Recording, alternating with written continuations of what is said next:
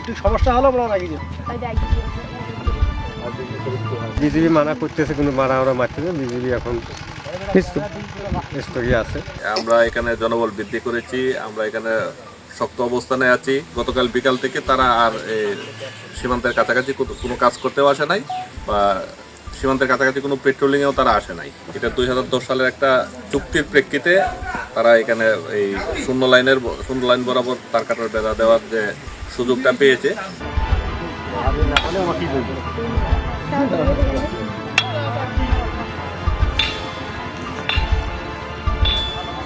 কিছু যে 150 গজ ভিতরে দেন, ওরা মানতেছে না, ওরা পিলের কাছেই দিয়েছে। হ্যাঁ, এই বিষয়ে মানা করতেছে, এই বিষয়ে বিজেপি মানা করতেছে, কিন্তু মারা ওরা মারতেছে। বিজেপি এখন স্থগিত আছে। চূড়ান্ত কোনো সিদ্ধান্তে আমরা এখনো উপনীত হতে পারিনি। কারণ হচ্ছে যে গতকালকে বিএসএফ এর তার কাটার বেড়া দেওয়াকে কেন্দ্র করে যে উত্তেজনাটা ছিল, এটা গতকাল বিকাল থেকেই স্বাভাবিক পর্যায়ে আছে। বিজেপি আমরা এখানে জনবল বৃদ্ধি করেছি, আমরা এখানে শক্ত অবস্থানে আছি, এবং আমরা এখানে অবস্থান নেওয়ার পর থেকেই বিএসএফ তারা সরে যায় এখান থেকে, এবং গতকাল বিকাল থেকে তারা আর সীমান্তের কাছাকাছি কোনো কাজ করতেও আসে নাই, বা সীমান্তের কাছাকাছি কোনো পেট্রোলিংয়েও তারা আসে নাই। ম্যাজিক হার্বাল টুথপেস্ট দূর করে দুর্গন্ধ সৃষ্টিকারী দাঁতের সমস্যা। ইয়েস, দেখাও তোমার ম্যাজিক।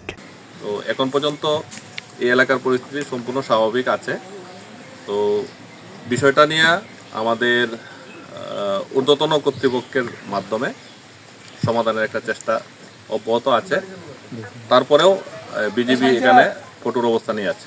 বিজেপির পক্ষ থেকে আমরা বলবো যে বিএসএফ এখানে যে তার কাটার বেড়াটা দিচ্ছে, এটা 2010 সালের একটা চুক্তির প্রেক্ষিতে তারা এখানে এই শূন্য লাইন বরাবর তার কাটার বেড়া দেওয়ার যে সুযোগটা পেয়েছে, যেটা দেশের অন্য কোথাও নাই। এটা শুধুমাত্র আঙ্গুরপোতা দহগ্রাম এলাকার জন্যই এই 2010 সালের একটা চুক্তির প্রেক্ষিতে। তো এটার জন্য আমরা বিএসএফকে ওই চুক্তির আলোকে আমরা কাজটা যদি পুরোপুরি এগ্রি করে নিতাম, তাইলে তাদেরকে আমরা সুযোগ দিতাম কাজ করে চলে যাওয়ার জন্য, আমরা কিন্তু বাধা দিতাম না। আমরা চেষ্টা করছি, পূর্বে কি হয়েছে সেটা হচ্ছে আমরা যাচাই বাছাই করে দেখব। যদি এটাকে আরও মোটিফিকেশনের দরকার হয়, তাদের সাথে আমরা তাদেরকে আহ্বান জানাচ্ছি। আমরা আবারও বসবো, আবার আলোচনা করব। দুই দেশের স্বার্থ বা বাংলাদেশের স্বার্থকেই আমরা প্রাধান্য দিয়ে যেটা সিদ্ধান্তে যাওয়া যায়, আমরা চেষ্টা করব ওই সিদ্ধান্তে যাওয়ার জন্য। আপাতত গতকালকে তাদের সাথে একটা স্পট মিটিং হয়েছে, সেখানে সিদ্ধান্ত হয়েছে যে পরবর্তীতে কোনো সিদ্ধান্তে উপনীত না হওয়া পর্যন্ত উভয় দেশের ব্যাটালিয়ান কমান্ডার বা সেক্টর কমান্ডার লেভেল কোনো মিটিংয়ে সিদ্ধান্তে উপনীত না হওয়া পর্যন্ত এখানে কোনো পক্ষই কোনো নির্মাণ কাজ বা কোনো স্থাপনা নির্মাণের জন্য সীমান্তের শূন্যরেখা বরাবর আসবে না বা কাজ করবে না।